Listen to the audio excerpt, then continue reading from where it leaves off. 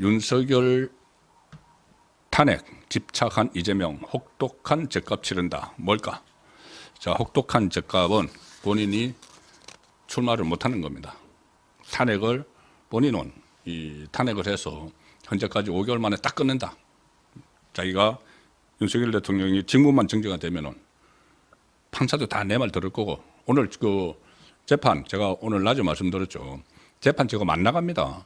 어제 나갔다가 오후에 그냥 가버리고, 또 오늘 제가 낮에 말씀드린 것처럼 선거법 1심 유죄 받은 거, 이게 2심을 지금 해야 되는데 변호인도 선임을 안 하고 법원에서 보낸 통지서를 아예 안 받습니다. 수령을 안 합니다. 그럼 재판 절차가 진행이 안 되죠. 폐문 부재, 문이 닫혀 있고 사람이 없다.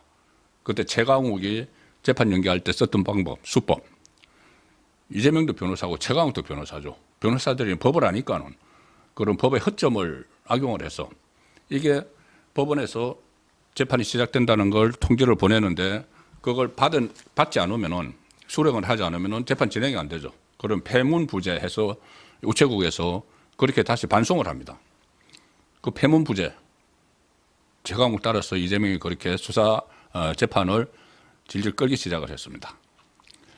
자, 그렇게 이제 질질 끌면서 어쨌든 이 조기 대선을 먼저 하도록 재판을 끄는 거죠. 뒤로 미루는 거죠. 계속 재판을 미루고 조기 대선을 하도록 막 탄핵을 추진을 하고 하는데, 이게 자승자박이 될 수도 있다. 왜 그런지 제가 지금부터 설명을 드리도록 하겠습니다. 일단 탄핵안은 다시 14일 이번 토요일 날 표결을 한다고 민주당이 밝혔습니다. 그런데 지금 어떻게 보면 오원식 국회의장을 허수아비죠. 허수아비. 이재명이 하라는 대로 전부 다 의사일정을 잡습니다. 심지어 뭐 탄핵 일자도 뭐 7일 해서 그때 5일로 바꿨는데 그대로 해주고, 또 이게 1사부 제의에 의해서 과연 다시 일주일 만에 투표하는 게 가능한가, 이런 그 논란도 있는데 그냥 그대로 다 해주고, 이재명의 지침에 따라서 지금 움직이는 게 국회의장입니다. 일국의 국회의장이. 김건희 그때 그 특검법 표결 3번이나 다 바꿔주고, 이재명을 전략에 따라서. 그런데 그 우원식에게 오늘 국민의힘 중진 의원들이 달려갔습니다. 왜 달려갔느냐? 토요일마다 표결을 하는데 이번 토요일에도 표결하는데 불안해서 안 되겠다. 토요일에 표결하니까는. 왜 그런지 정말 불안할 것 같습니다. 지금도 여기가 국회 쪽하고 좀 가까운 위치에 있는데, 여기는 이 마포대교를 건너면은, 제가 있는 이곳에서 마포대교를 건너면 바로 국회입니다. 국회 앞에 지금 사람들이 진을 치고 있습니다. 국회 안에도 사람들이 있는데 지금 요즘 국회에 들어갈 때 이렇게 어떤 통제를 안 하죠. 자, 그런데 오늘 여당의 중진 의원들이 토요일이 아닌 다른 요일에 좀 표결하자, 이렇게 요청을 했습니다. 중진 의원 권성동, 윤상현, 김기현, 나경원, 이런 좀 중량감 있는 의원들인데, 이 의원들이 우원식을 찾아가서 뭐라고 했냐면은, 제발 이번에 토요일에 좀 하지 않도록 해달라, 이렇게 이야기했습니다. 왜? 이유가 뭐냐? 토요일에 상정을 계속하는 것은 의장이 정치적 중립을 위반하는 것이다. 지금 민주당 일방적 요구에 따르지 말고 국회 관계자 신변 안전을 고려해달라, 이렇게 우원식에게 이야기했다는 겁니다. 무슨 이야기냐면은, 지난 토요일에 표결을 할 때, 표결하기 전날 밤부터 국회의원회관에서, 국회 본청 안에 의원들이 있는 의원회관이 있죠. 의원회관에서 신원불명의 사람들이 숙식을 했다. 거기서 밤새 숙식을 했다는 거죠. 밥도 갖다가 시켜 먹고 막 국회 안에서. 그런데 그 사람들을 비롯해서 일부 집회하고 시위에 나온 사람들이 아예 출입구를 봉쇄를 한 상태에서, 국회 출입구를 봉쇄를 한 상태에서 출구로 나가는 사람의 신분증을 조사하는 상황이 벌어졌다. 아무 권한도 없는 사람들이, 신원불명 사람들이 무법천지였죠. 이번 주에도 대통령 탄핵안이 토요일 본회의 상정 처리가 예정돼 있는데, 자, 그렇게 하는 의도가 뭐냐? 집회 시위자들이 토요일에 의사당으로 집결을 하라는 메시지고, 그리고 국회에 있는 직원, 당직자, 의원들과 서로 맞닥뜨리게 하려는 거 아니냐. 일종의 충돌을 유발하려고 하는 것 아니냐. 그래서 또 폭행했다 이러면서 그걸 유발하려고 하는 거 아니냐. 일종의 위협이고 협박이다. 자, 그러니 토요일 날 안 하도록 국회의장이 조치를 해라 했는데 국회의장 의원식이 그럴 권한이 없죠. 자기는 그냥 이재명이 시키는 대로 다 하고 있으니까는. 자, 이런 상황까지 벌어졌는데 어쨌든 내일은, 죄송합니다. 이번 토요일은, 탄핵이 안에 통과될 가능성이 높을 것 같습니다.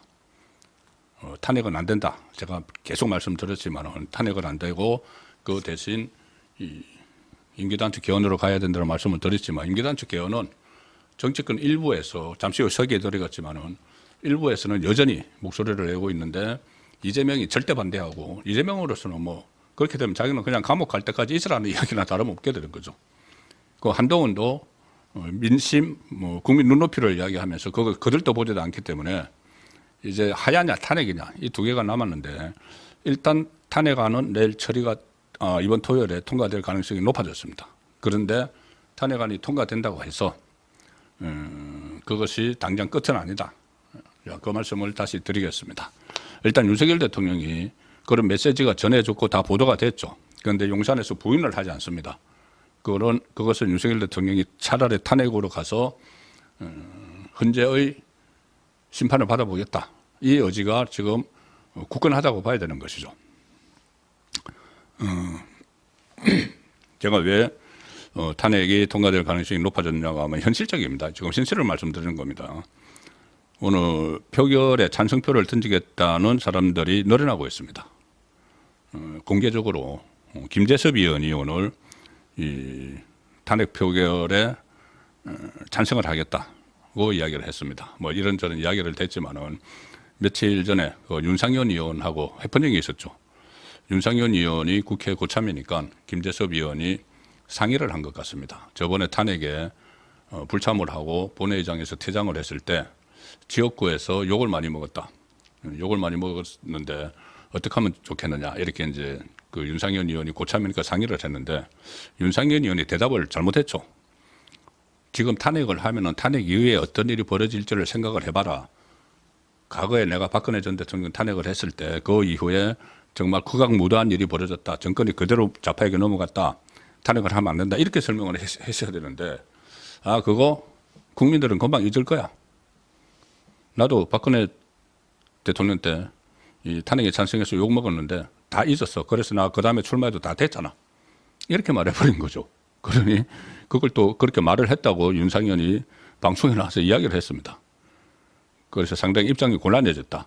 그래서 어쨌든 김재섭은 탄핵에 찬성을 하겠다고 했고 이렇게 되면은 조경태, 안철수, 김예지, 김상욱에 이어서 5명이 찬성 입장을 밝혔죠. 108명 가운데 8명이 이탈하면은 탄핵이 통과가 되는데 벌써 5명이 공개적으로 찬성한다고 밝혔습니다. 여기다가 또 하나 오늘 한국일보가 단독으로 보도를 했는데 한국일보가 취재를 하니까 5명이 제가 말씀드린 이 5명 외에 5명 그러면은 3명이 더 탄핵 찬성을 하면은 탄핵안이 통과되는데 이 5명 외에 새로운 5명이 탄핵에 찬성을 하겠다고까지는 아니지만은 지난주처럼 집단 퇴장하는 그 당론이 있으면은 거기에 따르지 않고 들어가서 투표하겠다. 찬성하든 반대하든 투표하겠다. 무기명 투표를 하면은 여기서 당론 반대에 따르는지 안 따르는지 알 수가 없죠. 그렇게 한국일보에 밝힌 의원이 또 5명입니다. 김소희, 박정훈, 유용원, 진종호, 익명을 요구한 또 다른 초선 의원. 이렇게 한국일보에 5명이 들어가서 투표하겠다. 그런데 찬성인지 반대인지는 몰라도 돼. 찬성할 가능성이 높죠. 자, 그렇게 되면 표결이 통과될 수 있습니다. 그래서 최소 11명으로 지금 표결에 참석할 의원이 그러니까 표결에 불참하기로 해도 11명이 참석을 해서 그중에서 8명 이상이 찬성을 하면 통과가 되죠. 그래서 200명을 넘길 가능성이 높아졌고, 그러니까 찬반 의사를 밝히지 않은 국민의힘 표결 참석자 중에서 3명만 더 찬성표를 행사하면은 범야권 의원들이 지난 토요일처럼 야권 의원들이 저는 찬성표를 행사를 하면은 192명이 하면은 3명 해서 이게 그러니까 그 8명, 뭐 8명이 되면은 딱 200명이 돼서 통과가 돼 버리죠. 자, 그 가능성이 좀 현실적으로 높아졌습니다. 자, 그래서 지금부터 살펴볼 것은 가결이 됐다. 자, 가결이 됐다. 그 이후에 어떻게 될 것이냐. 이게 이재명의 계산법하고 윤석열 대통령이 나를 탄핵하라. 헌재에서 심판받겠다. 한 거하고 계산법이 다릅니다. 그리고 제가 이 분석을 해도 이재명의 계산법보다는 윤 대통령 쪽의 계산법이 더 현실화될 수가 있습니다. 결국은 뭐냐면 시간 싸움인데 이재명은 박근혜 모델을 생각을 하고 있죠. 박근혜 전 대통령 때 탄핵 수찬이 딱 통과가 되고 나서 정확히 61일 만에, 그러니까 이 석 달 만에 헌재에서 파면 결정이 나왔고, 그로부터 60일 이내에 대통령 선거를 해야 되니까 딱 60일 되는 때, 그때 한경환 국무총리 대통령 권한 등에 딱 60일 될 때 투표를 잡아서 문재인이 당선됐죠. 그게 딱 5달하고 1일이 걸렸습니다. 이재명은 그 모델을 생각을 하고 있는 거죠. 자기가 제2의 문재인이 되겠다. 조기 대선을 하는데 딱 현직 대통령 국회에서 탄핵 소추안 통과되고 나서 5개월 만에. 그런데 이재명이 다급하니까 이제 그렇게 계산을 하고 대통령의 권한이 정지되면은 자기 세상이 되니까 다 할 수 있을 거라고 생각을 하는지 모르지만 그렇지 않습니다. 뭐냐면은 일단은 탄핵 수찬이 이번 토요일에 국회에서 가결되면은 2016년 박근혜 전 대통령 탄핵 때와 비슷한 일정으로 헌법재판소 탄핵 심판 조기 대선이 이루어질 것으로 이재명은 보고 있는 거죠. 그런데 그때는 헌법재판관이 9명 다 있었다가 중간에 박한철 헌법재판관이 임기가 다 돼서 나갔습니다. 그래서 8명이 심리를 해서 8대0으로 그때 파면 결정이 났죠. 지금은 헌법재판관이 9명 정원 중에서 6명이 있습니다. 왜 그러냐면은 국회 목 추천 3명을 그때 민주당이 헌재를 마비시키려고 추천을 안 하고 있었죠. 그게 이제 부메랑이 되는데 6명인데 그 헌법재판소법에는 7명 이상이 심리를 해서 6명 이상이 찬성을 해야지 이게 결정이 됩니다. 그런데 6명이니까는 심리를 할 수가 없죠. 그 상황에서 이진숙 그 위원장이 그때 탄핵이 통과가 돼서 본인의 직무가 정지가 되니까 이것은 불합리하다. 빨리 심리를 해야지 이 직무에 기각이 돼서 직무에 복귀를 할 수가 있죠. 방통위원장 직무에. 그래서 가처분 신청을 내서 그러면 6명으로도 심리가 가능하다고 가처분이 나왔습니다. 그런데 그것은 방통위원장의 일이고 대통령을 심리를 하는데 대통령 파면 여부를 심리를 하는데 그 가처분 신청을 그대로 받아들여서 할 수가 있을 것이냐. 9명, 8명, 9명 정도, 9명은 다 안 되더라도 8명 정도는 채워야 되는 거 아니냐. 이런 논란이 있는데, 자, 이겁니다. 잘 들어보시면. 그러면 이제 민주당이 2명 추천하고 국민의힘이 1명 추천해서 9명을 이제 만들려고 하죠. 만들려고 하는데, 추천을 하는데 최종 임명권자는 대통령입니다. 그런데 대통령인데 탄핵안이 통과되어 버리면 대통령 권한이 국무총리에게 넘어가죠. 그런데 그러면 국무총리가 위임받은 그 권한으로 현재 위원들을 임명을 할 수 있느냐. 이 논란이 생기는 겁니다. 그때 한교안 때 그때도 한 명이 박한철 한 명이 나갔기 때문에 새로 한명을 해야 되는데 그것을 한교안이 임명할 수 있느냐? 임명할 수 없다고 했습니다. 민주당이. 왜 그러냐면은 그 몫이 그때 아마 여당 몫이었기 때문에 본인들에게 불리하니까는 인정할 수 없다고 했습니다. 그럼 지금도 인정할 수 없다. 그러면은 3명이 추천이 안 되는 거죠. 그러면 6명으로 가능하냐 마냐 해서 또 가처분 신청 일어나고 막 하면은 시간이 쭉쭉 늘어날 수가 있다는 이야기죠.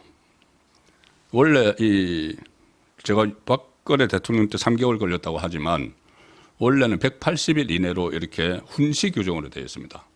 그러니까 6달까지는 심리를 할 수 있는 거죠. 그런데 이거 훈시 규정이고 저번에 이정섭 수원지검 사정검사 9달 걸렸습니다. 그러면은 6개월 이상 걸릴 수가 있는데 거기다가 현재 기능이 제대로 안 되고 있기 때문에 그것까지 합치면은 언제 결정이 날지도 모를 수가 있습니다. 이 말씀은 뭐냐 하면은 거꾸로 말씀드리면은 이재명은 낙동강 오래 해야 되는 거죠. 헌재에서 결정을 내려줘야지 기각을 하면은 또 별개로 하더라도 인용이 돼야지 인용이 되는데 그 결정을 빨리 내려줘야지. 자기 대법원 판결 나오기 전에 빨리 내려줘야 되는데 이게 무한정 늘어나 버릴 수가 있다는 겁니다. 그래서 이게 결국 이재명은 탄핵 타령을 하고 있지만 이게 거기 집착하다가 혹독한 죗값을 치를 수도 있다. 그 말씀을 드리는 겁니다. 그리고 또 하나 아주 중요한 일이 하나 있습니다. 이 상황에서 결국은 제가 계속 드리는 말씀은 그거죠. 헌재의 탄핵 심리가 늘어지면 늘어질수록 이재명의 대통령길은 멀어진다. 왜? 그 사이에 3심이 결정이 돼서 나오면은 출마를 못하니까.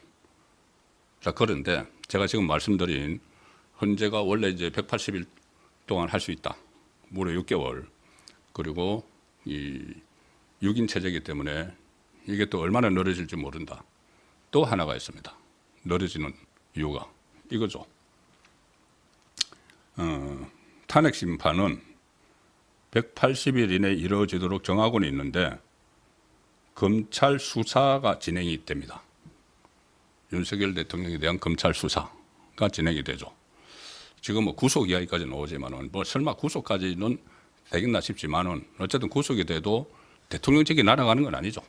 그대로 있는데 그래서 이제 헌재에서 계속 그 심리를 하는데 그런데 검찰 수사 진행으로 인해서 헌법재판소의 심리가 중단될 가능성도 있다. 아니 중단이 돼버린다. 검찰 수사 결과 나올 때까지. 왜 그런가 하면은 이게 법에 되어 있습니다. 이 헌법재판소법 51조를 보면은 피청구인에 대한 탄핵심판 청구와 동일한 사유로 형사소송이 진행되고 있는 때 재판부는 심판 절차를 정지할 수 있다. 이 규정이 딱 있습니다. 동일한 사건으로 형사 절차가 진행되고 있으면 지금 탄핵을 하려는 게 소위 말하는 내란죄죠. 그런데 내란죄를 수사를 하고 있죠. 그러면은 헌재는 그 수사 결과가 나올 때까지 중단시킬 수 있다는 겁니다. 헌재 심리를. 과거에 고발사주 그 의혹의 당사자인 손준성 검사장 최근에 무죄를 받았죠. 1심에서. 손준성 검사장에 대해서 탄핵 심판 절차가 있었는데 그때 민주당이 탄핵을 해가지고 탄핵 심판 절차를 일시 정지한 적이 있습니다. 실제로 이 조항에 의해서. 왜 그러냐면은 형사재판을 받고 있다. 같은 사건으로. 고발사주 같은 사건으로 손준성 검사장이 형사재판을 받고 있는데 같이 진행하는 것이 맞지 않다 해서 일단 중단을 시킨 적이 있습니다. 헌재 심리론. 이거를 그대로 하게 되면은 당연히 윤석열 대통령에 대한 수사가 막 동시다발적으로 진행이 되고 있으니까는 탄핵 심리가 중단이 될 수가 있는 거죠. 그리고 손준성 검사장의 경우도 그렇게 해서 중단을 시키는데 하물며 대통령의 탄핵 심리인데 그때도 손준성 검사장에 대해서 탄핵 심리를 중단시킨 이유가 이 헌재가 탄핵 심판을 신중하게 처리하려 했기 때문이다. 재판 결과 봐가면서. 그런데 지금은 재판 단계도 아니고 수사 단계인데 수사 결과라도 봐가면서 더 신중하게 해야 되겠죠. 대통령의 파면에 관한 문제이기 때문에. 자, 그래서 제가 그 말씀을 드린 겁니다. 윤 탄핵에 집착을 하고 있지만 이재명이 혹독한 죗값을 치른다. 뭘로? 본인의 대선 출마가 원천 봉쇄되는 것으로. 그 가능성이 저는 상당히 높다고 봅니다.